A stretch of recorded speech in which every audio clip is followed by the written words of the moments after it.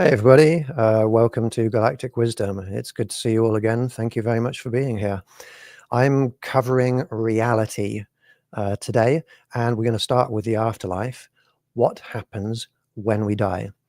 I'm going to talk about the afterlife and lots of other important aspects of reality today. And then at the end of this podcast, I am going to tell you a little bit about my upcoming tour, which starts in about 10 days. So, the afterlife. When our biological bodies die, our spirits move into higher dimensions of space around us. An appropriate word to use for these higher dimensions of space is ultra-dimensional space. And that's because these higher dimensions of space are not another dimension, not a different dimension. They're an extension of our existing dimensions. If you think about a three-dimensional object, it also has two dimensions within it. If you think of an ultra-dimensional object like a spirit, it also has three regular dimensions, but it also has dimensions that extend out of those three dimensions. Ultra means extending out of something, a little bit like ultraviolet, which is light that extends from visible light outwards. So when our biological bodies die, our ultra-dimensional spirits move into higher or ultra dimensions of space around us.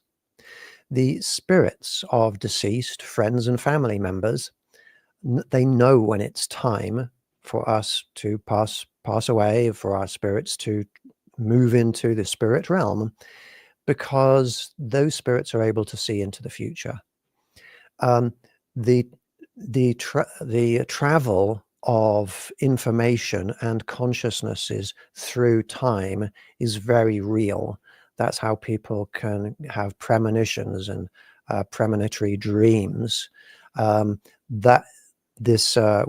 have a psychic sense for what is going to happen in the future, which contributes to our intuition. So our spirits, our spiritual consciousnesses is always just probing a little bit ahead of us into the future, which is a survival advantage. It's an adaptation, and we're evolving to be able to have this ability stronger and stronger because it's beneficial to us. So if you imagine when we lose the anchor of our biological bodies, then our spiritual consciousnesses are free to move far more easily, and we are freed up to travel through time. We can do that to some extent when we astrally project or astrally travel. That is our spiritual consciousnesses projecting into the past or the future to see what's there. And on multiple occasions, I have proved, when I have done this with groups of people, that the travel, the astral projection of our consciousnesses through time is real.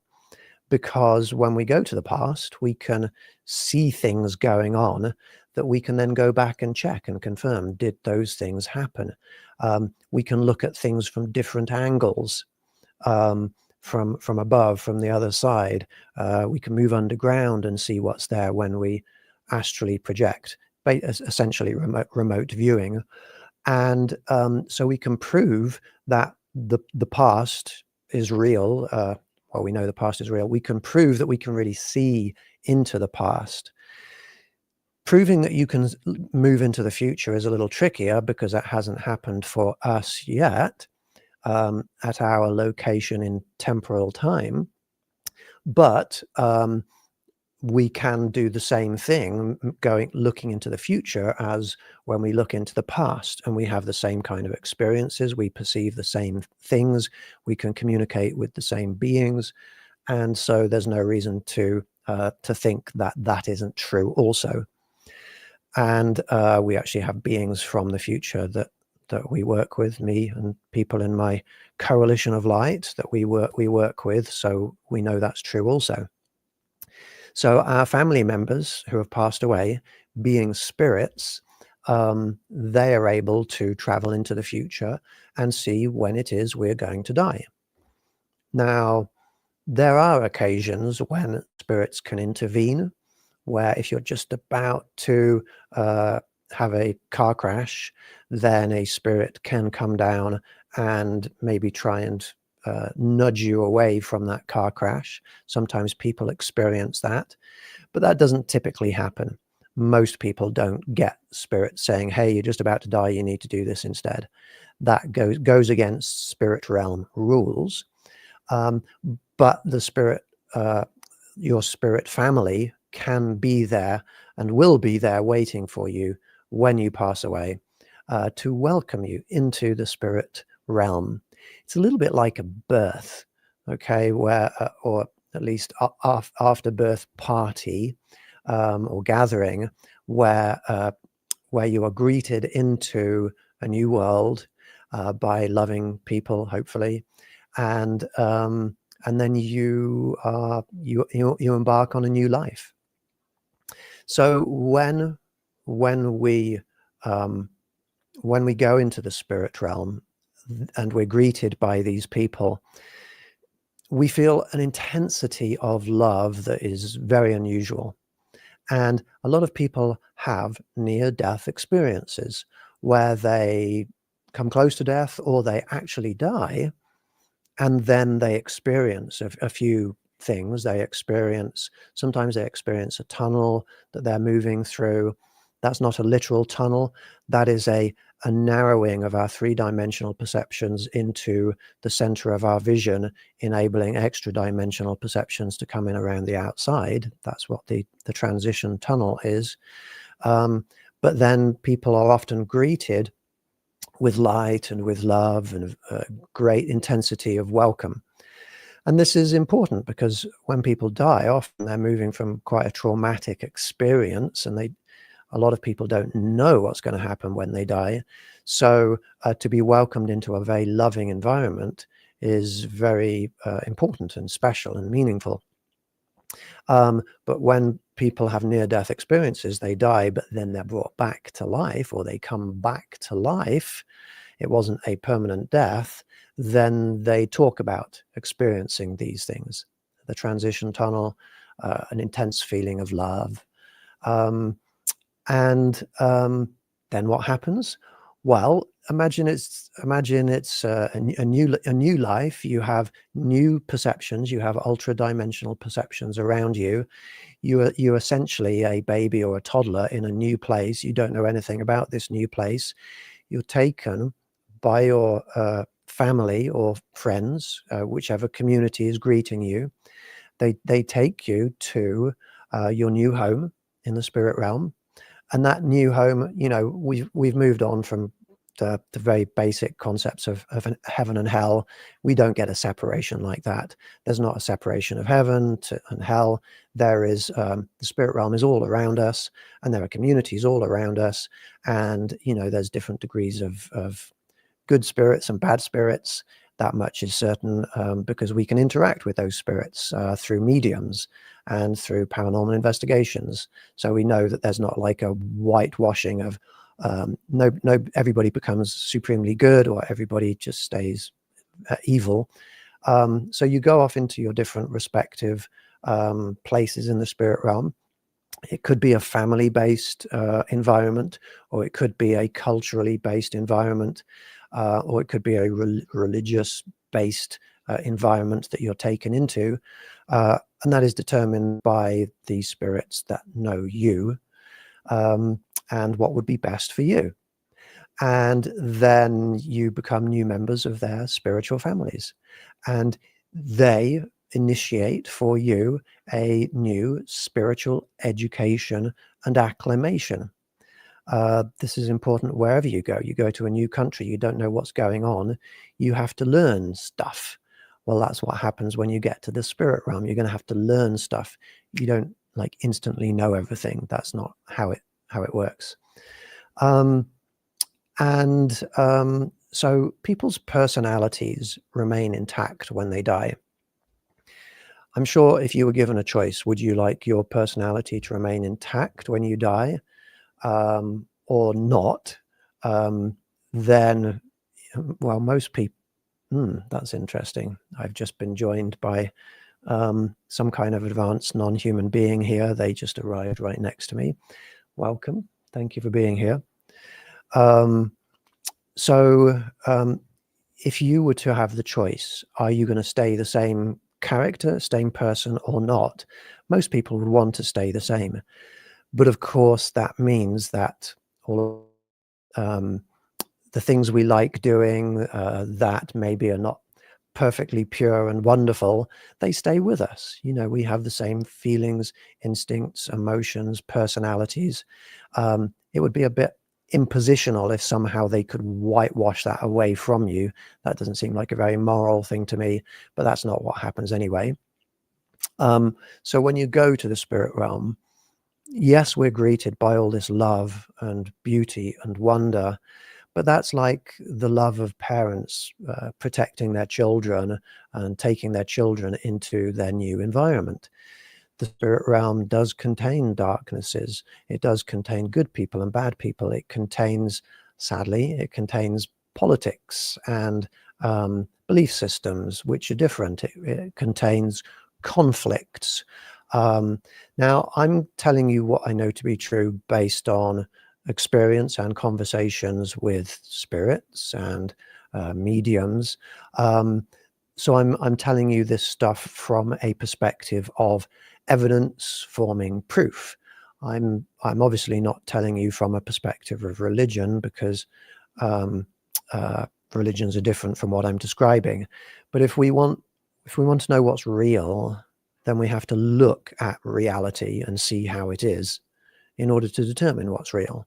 We have, looking in an ancient book for that's trying to tell us what is real about what happens when you die. Well, that might be evidence. They might have some wisdom there. They might have some insight, but that's a very low level of evidence reading something that somebody wrote a long time ago. Anybody can write anything. Anybody can believe anything. So there are rules and laws in the spirit realm. If there weren't, then anybody that's in the spirit realm could interact with humans in any way that they want. And that could be dark interactions, which happen when spirits break the rules. It could be good interactions. It is spiritually possible for a spirit, for all of the spirits in the spirit realm, to come and start helping us all, to come and start giving us advice, to come and start influencing us. But that is against the law. That is against the rules of the spirit realm. There are restrictions about what information they can divulge to living people about the spirit realm. Like, you'd think, well, if these spirits exist, why don't they just tell us what happens when we die? Well, they're not allowed to. And I've had direct proof of that. I'll tell you an example, and it's kind of a long story, but I'll tell you a little bit of an example here. There was a lady that I met a couple of years ago who, when they heard that I was interested in aliens, that I knew a lot about aliens, she started to question me about aliens. Turns out she was having experiences herself, and had experiences over the course of her life. And she was interested in hearing my take on it. And she was asking me all these questions, and she started to realize by the way that I was answering the questions is that I was actually tuned into reality rather than superstition and beliefs that are nonsensical. And she ended up telling me her story, and I ended up helping her.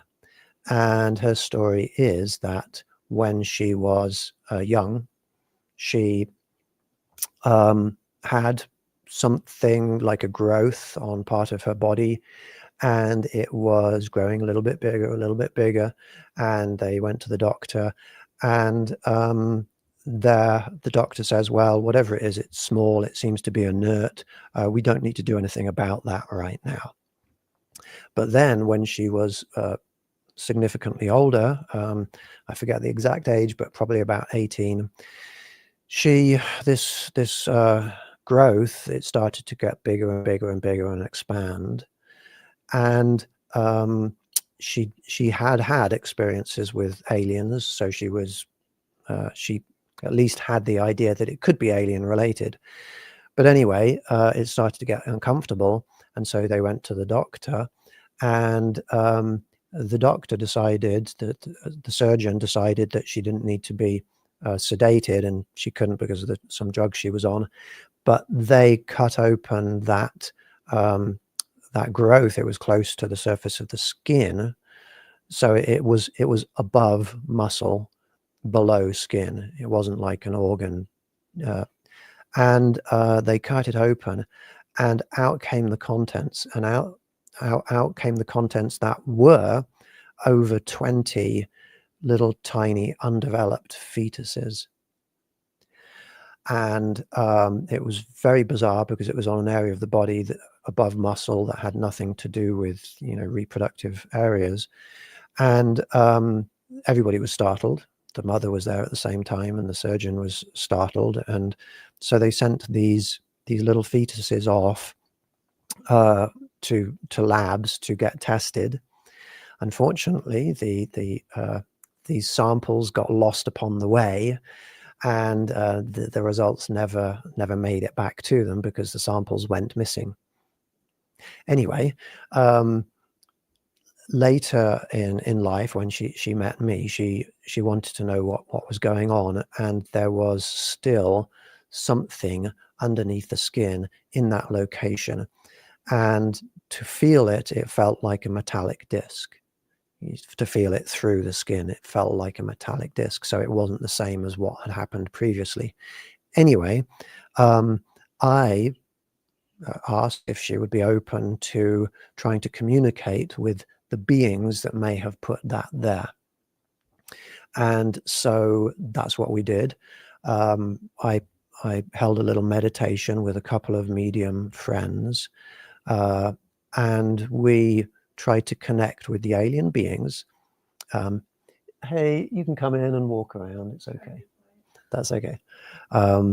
So we tried to connect with the alien beings who were who had put that in her, and they didn't want anything to do with us. Probably greys, probably typical greys.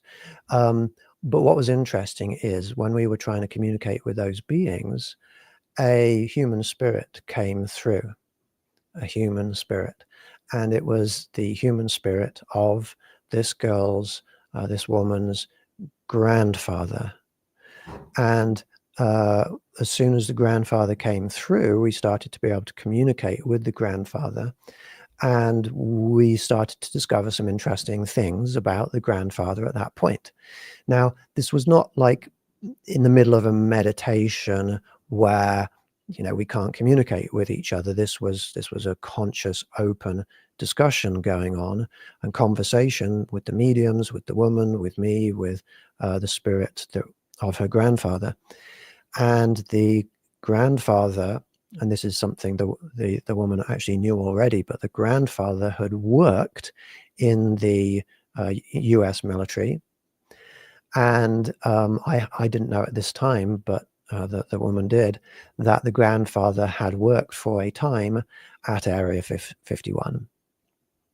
Now, I don't know. I don't think she knows how high up he was. She doesn't think that he was very high up, but there's a connection there.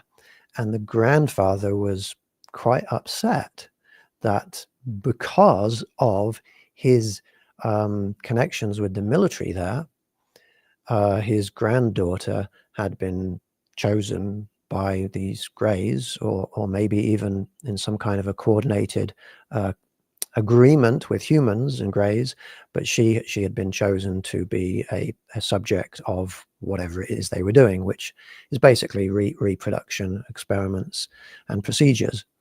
But the point I'm making here is we were able to have a very detailed conversation with this grandfather, and he was able to tell us certain things, and he was not able to tell us certain things.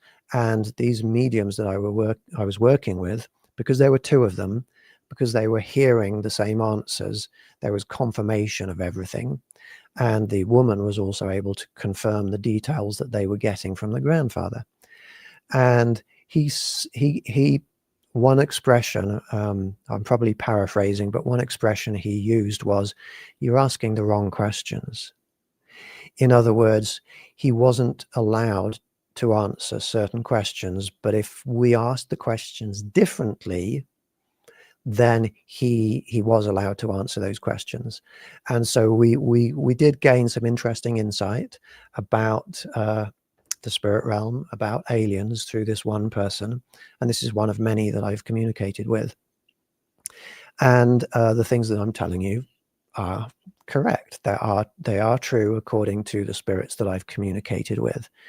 So when you go to the spirit realm, if you have the intention of coming back and meeting with somebody that you know in your life, well, there are rules and procedures about how you can do that.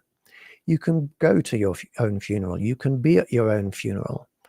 In the days following your death, you are allowed to attempt to appear to close family members, actually in reality, like a spiritual apparition coming forwards, basically stepping from higher dimensional spaces into our three-dimensional space, so people can see you. They often don't, but you know, millions of people have seen close to the time of somebody's death that sort of the apparition of that person. You're allowed to come into people's dreams at night, and that's not really like a process like you open up a door to their dream and you're in there walking around. It's more like when the spiritual consciousness comes close to our brains, then, well, our brains are electrochemical and spirits are electromagnetic. The electromagnetic fields can affect our electromagnetic perceptions so that we can perceive them and they can communicate with us. It's a little bit like walking up to somebody when they're asleep and whispering in their ear, and then the person can hear what's going on in their ear, and they may even put that into their dream. That's what you're allowed to do. What you're not generally allowed to do is to, if you've made an agreement with, say, a paranormal investigator friend, you're not generally allowed to, a month later, come back and sit down with them and try and have an open conversation. You can, with approved psychics or mediums, you can have a formal conversation through that channel. That's an accepted channel of communication, an accepted medium of communication through a medium. And if you go to places like paranormal conventions, if you intend to go and talk to a medium, then when you get to that medium and you're sitting in front of a genuine medium, well, whoever you want to talk to, they know that already, because there is the travel of information through time. And so the spirits are there waiting next to the medium, waiting for you to start the conversation. And within the parameters and rules of the spirit realm, you can then have a conversation with the spirit through that medium. And that's a really cool thing. You know, if you get a real medium, then you can have a real conversation with real spirits. But some mediums are extremely good. Some mediums are not so good. Some mediums think that they're mediums and they're actually not. They just make up fanciful sort of fantasies in their mind that that people like, and they say positive things that everybody is going to enjoy. But there are real mediums out there. Okay. So the next thing on my list is God. Now we've talked about God before, but I'm gonna try and explain why people think there's a God, what evidence comes forward that is God, but not actually God. People misinterpret some of these things for gods.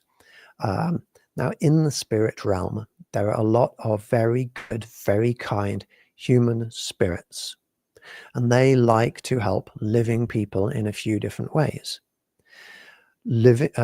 Actual spirits who are in the spirit realm, some of them like to come down and act as spirit guides to living people.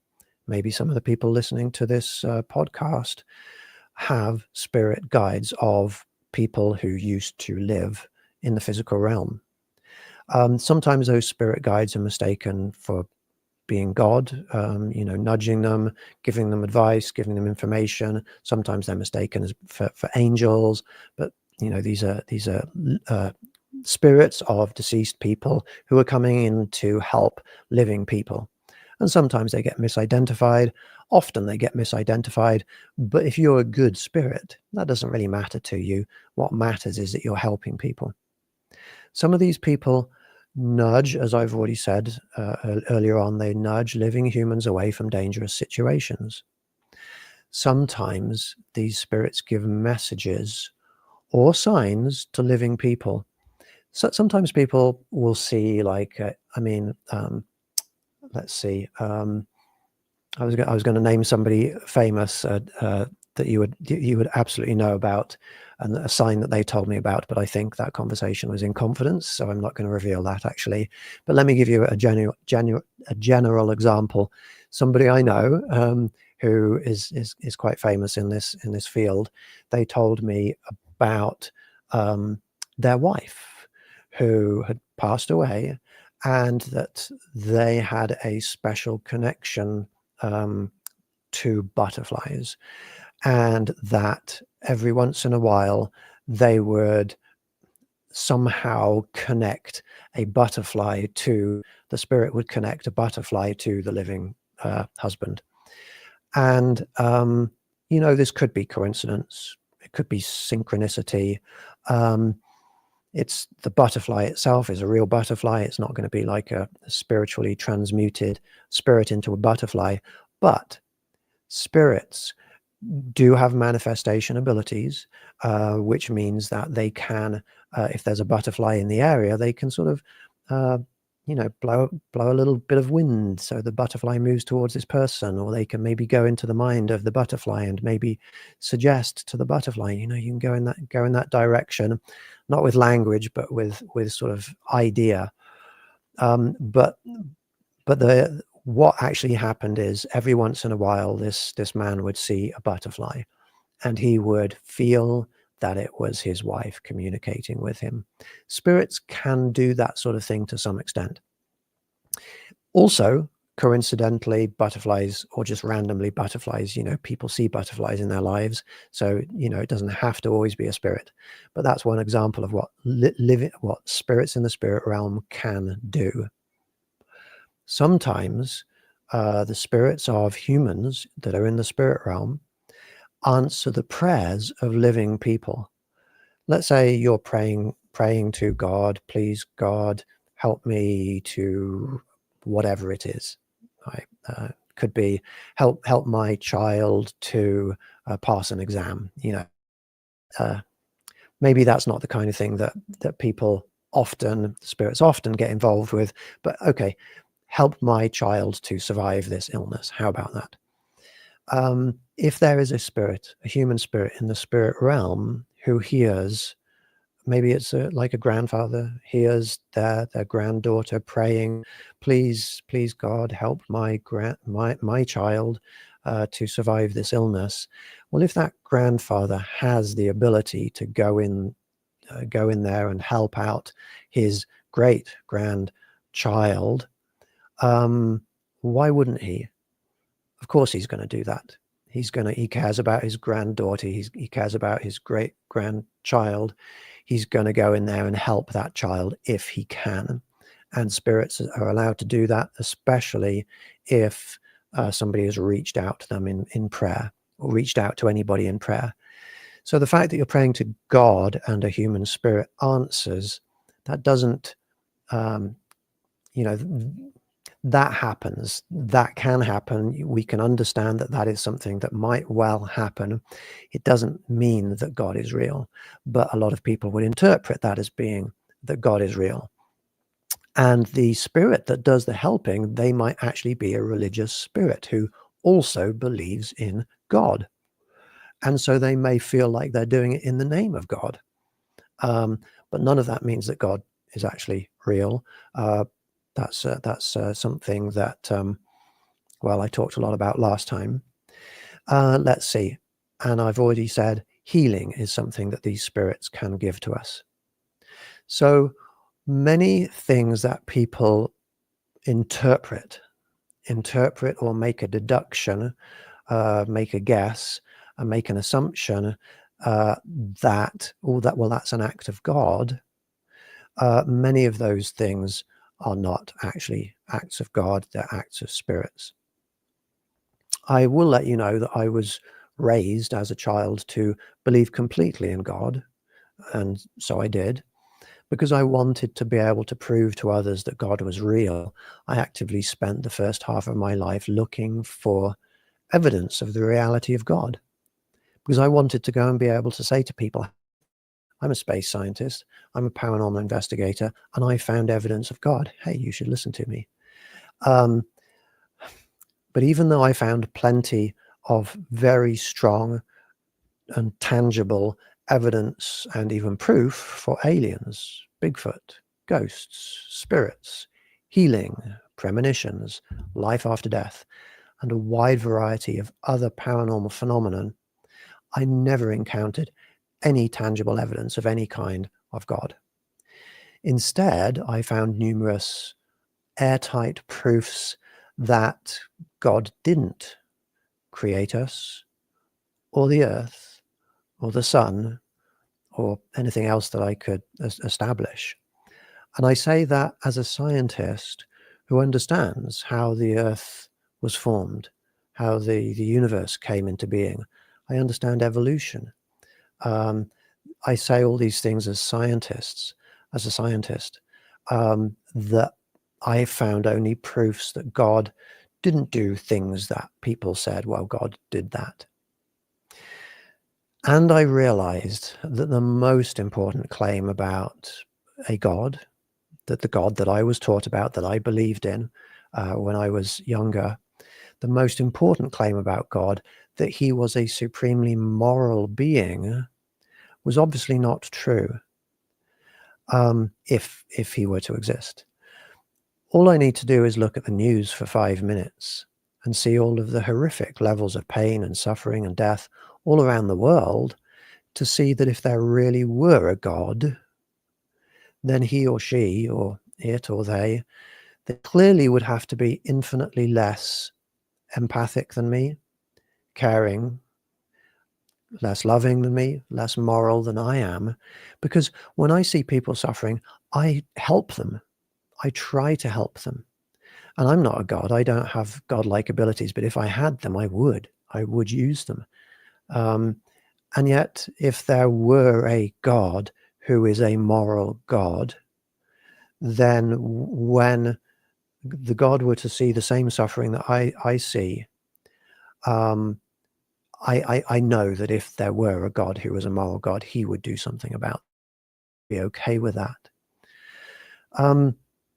Now, this is simple logic that tells us that there is not that supreme God of morality. And in order to counter that kind of a logical, obviousness, over the years, people have come up with various different ways of countering, that argument that I just gave there. But none of them really make any sense. With one religion, obviously, people say, well, God gave us free will, and so that's why there's pain and suffering on the planet. But free will is just it just exists in the same way that oxygen exists. There's no other state that you could exist in unless you're born into servitude or slavery. You can't not have free will. That's just a fundamental part of existing in the universe. And to say that God gave us that, well, that's not true.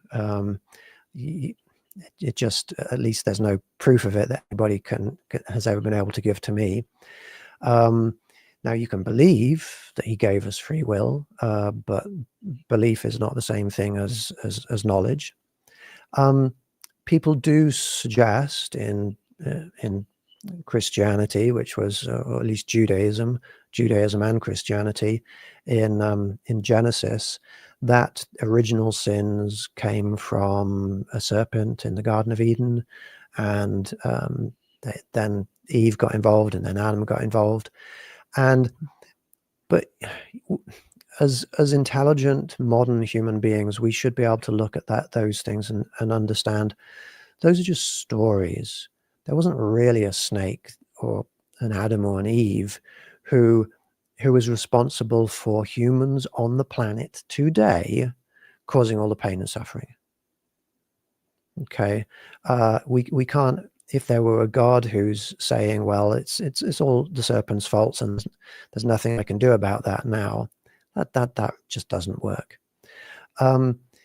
Some people say, well, all of the pain and the suffering, it's okay. It's part of reality that has a God in it, because we signed a soul contract before we came into this world. See, what's happening is good people look at reality and they see that there's pain and there's suffering. We see that there's unfairness. We see that there's injustice, and it doesn't feel right to us. It really doesn't feel right. When you have had somebody do something bad to you, it doesn't feel good. Somebody on the road a couple of days ago, hand gesture, which I will not describe or show you, but it was very unpleasant and completely unnecessary. And it made me feel bad, and it made me feel like that's not right. How can that person do that and not have anything bad happen to them? So people in their lives have come up with theories and ideas to explain, wow, how can this all be okay? One of the ideas is karma. Whatever people do that's bad, there's an equal balance to they will have bad done upon them, and vice versa. If you do something good, then good will happen to you in an equal amount. But that's not reality, and we can see that's not reality when you look at the news and you see that young babies, like a baby hospital is bombed and all of those babies die and things like that. We can see those babies didn't do anything wrong. They don't deserve the death that they just had. And that so many of my friends are suffering in ways that they don't deserve. Karma is not a thing. So then people say, well, to make this work, the karma has to happen when you die. You have to be judged when you die. But this is all just stories. None of this is true. None of this there's evidence for or proof of it. It's all just stories to make us feel better. The law of attraction is something similar.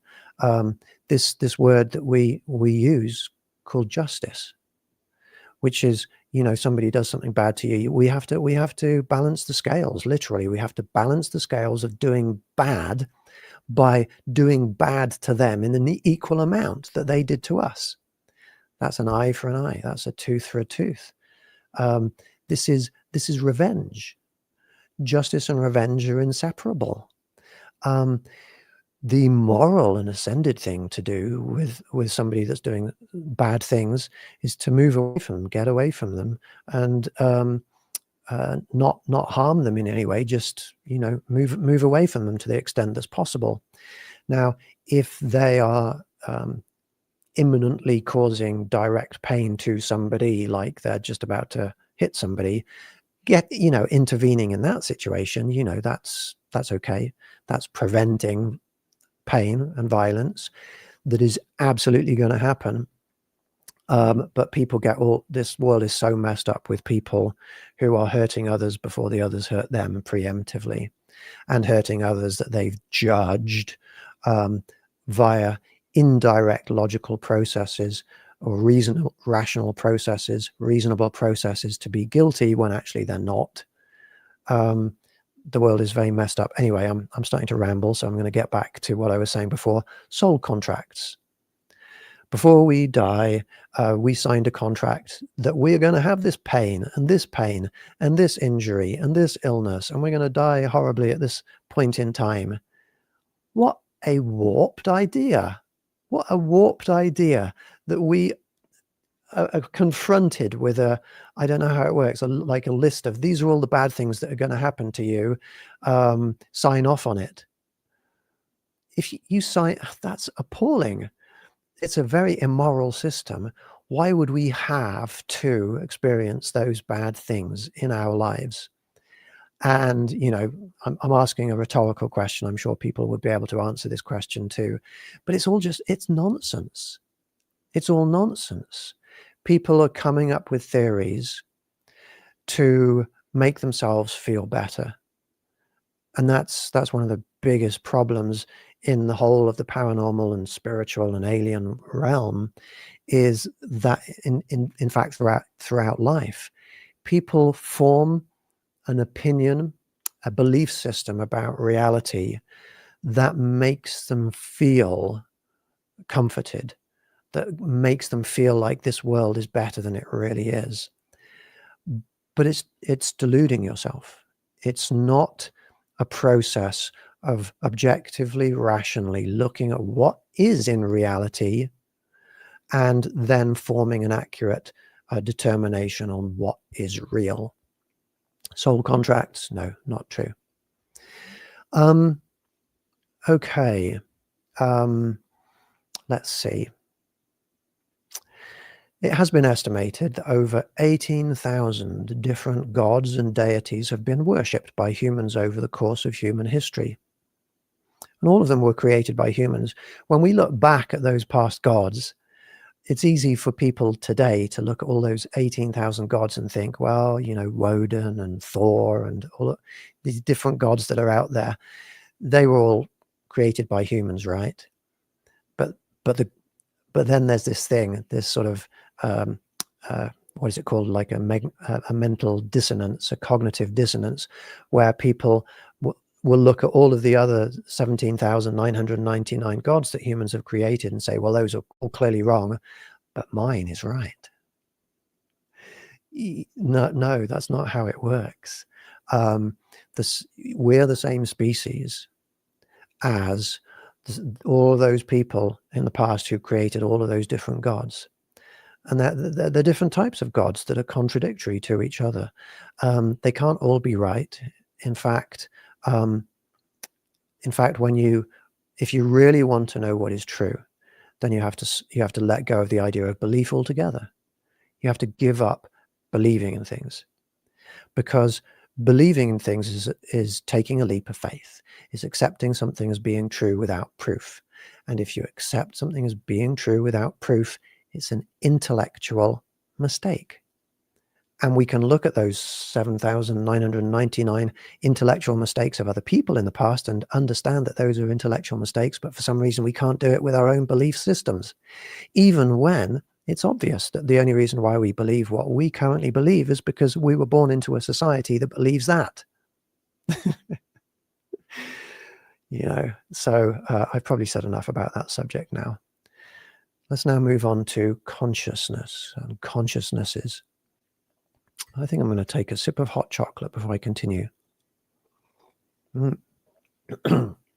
Cadbury's hot chocolate, very good stuff. Our spiritual brains and consciousnesses are very agile. They can travel around through time and space, and they can expand outwards into large consciousness fields. So we can be localized as a spiritual consciousness, but we can also expand outwards. I do this when I connect with different alien beings a lot, is me and the people in our group, we like fill up the atmosphere with our consciousness. It becomes non-localized, and we can extend it up beyond the atmosphere into space as a consciousness field. And countless trillions of advanced consciousnesses throughout the universe can do the same thing. This results in a universal spiritual consciousness network and a universal spiritual consciousness field, like an electric field or a magnetic field, a universal consciousness field.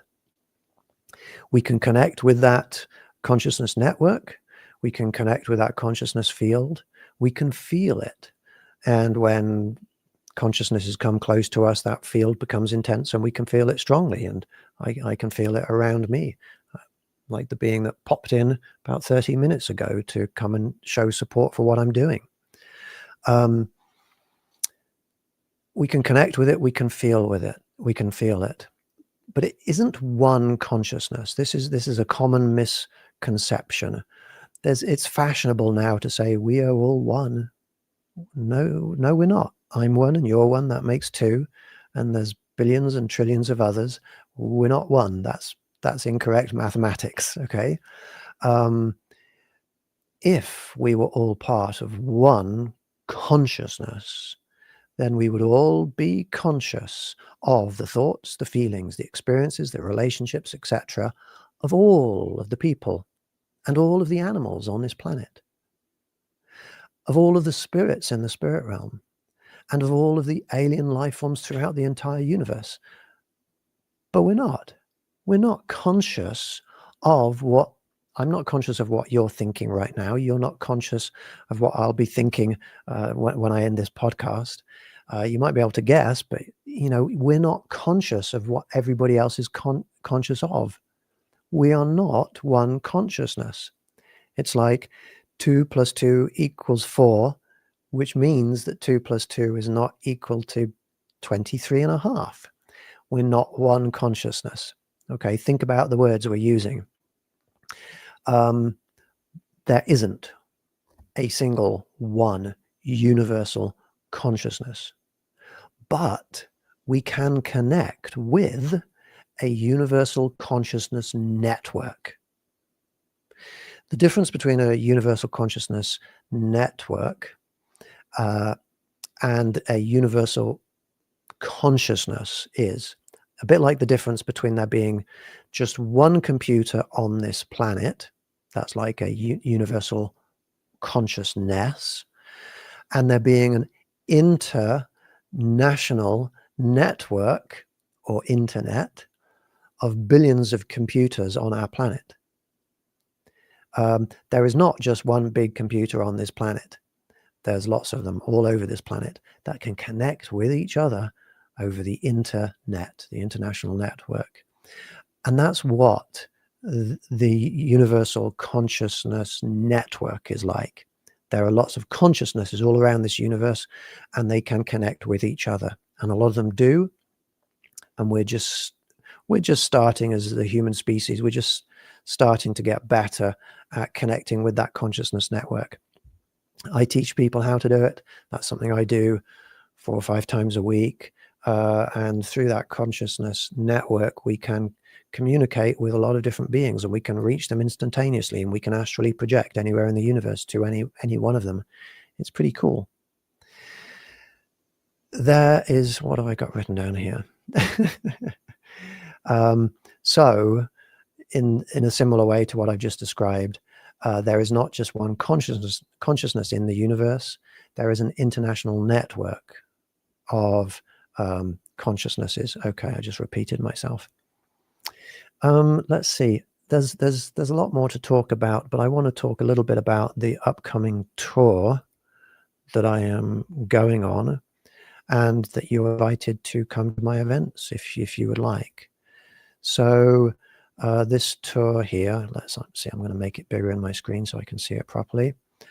I am going to be leaving this nice warm house in 10 days to live in my car for about 5 months in winter time. So I'm a little bit crazy, but I'm going to be traveling around the US. And what I'm showing you on my screen is the first part, just the first part of that tour. I am starting on November 30th in Bakersfield, California. I'm going up to Fresno and Sacramento. I am moving across into Reno, Nevada. There's going to be some cool stuff happening in Reno. And then I'm heading back down through Nevada, going to host an event as close to Area 52 as is possible and legal, to Area 51 as is legal and possible. Then I'm going to be hosting events in Las Vegas where lots of beings live, tall whites and reptilians and other cool stuff. And then I'm continuing through Utah, Arizona, going back to Sedona, where there's really cool stuff going on, going to Overguard, to the Sitgreaves National Forest, where Travis Walton was taken in the real-life version of the movie Fire in the Sky.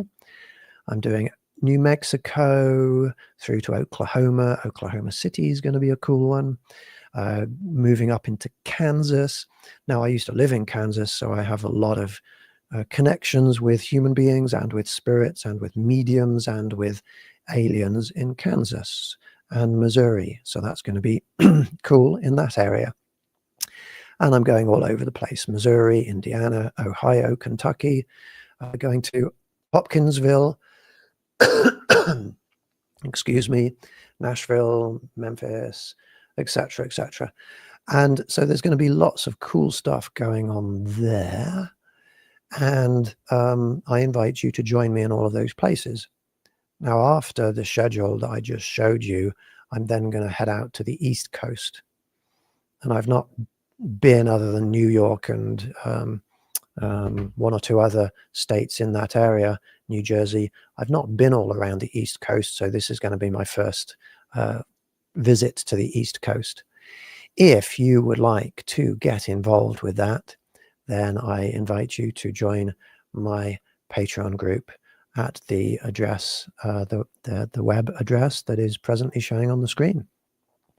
If you would like to support me by helping pay for a bit of my gas money and a bit of food, then do join one of my tiers, because this is what I do. And if I don't have kind-hearted people supporting me by joining tier 1 or tier 2 of my Patreon group, then I can't pay my bills or eat or travel or tour. So there it is. I would like to thank all of you for watching today. I send you peace, love, and well-being. Take care. Goodbye for now.